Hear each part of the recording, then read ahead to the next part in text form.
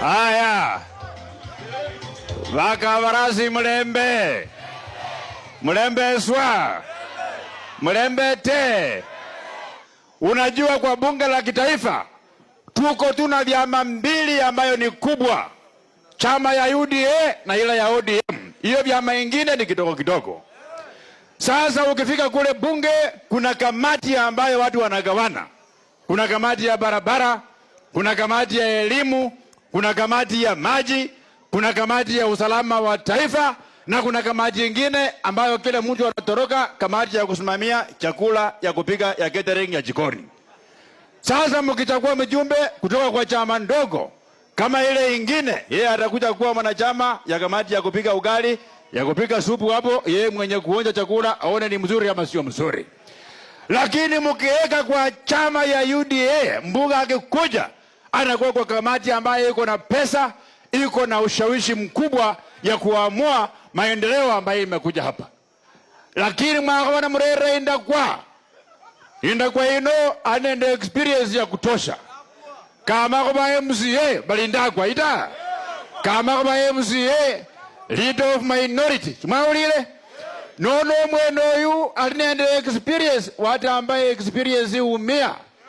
Na hiro mlozi wange male experience na yule naula ndumwana mukhana yo ndikumwamba ina nyasangali.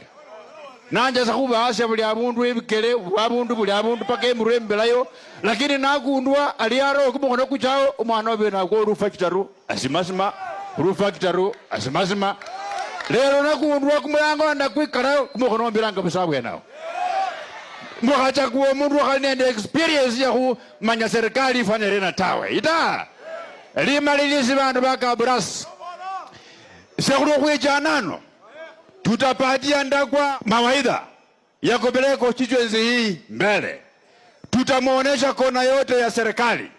Akifika bunge hatakuwa mgeni. Akifika bunge la kitaifa kila mtu atakuwa amemjua. Kwa sababu sisi tutakuwa hapa, tutatembea kumfanyia campaign kuhakikisha Ndakwa anakuwa mbunge wa Malava hii ya kusonga mbele. Wapi nione watu ya Ndakwa kwa mkono, watu ya Ndakwa. Na nitamwambia tutamtafutia glucose, akiita watu kwa mkutano, akishawahutubia, akishawauzia sera, awapatie glucose ya kurudi nyumbani.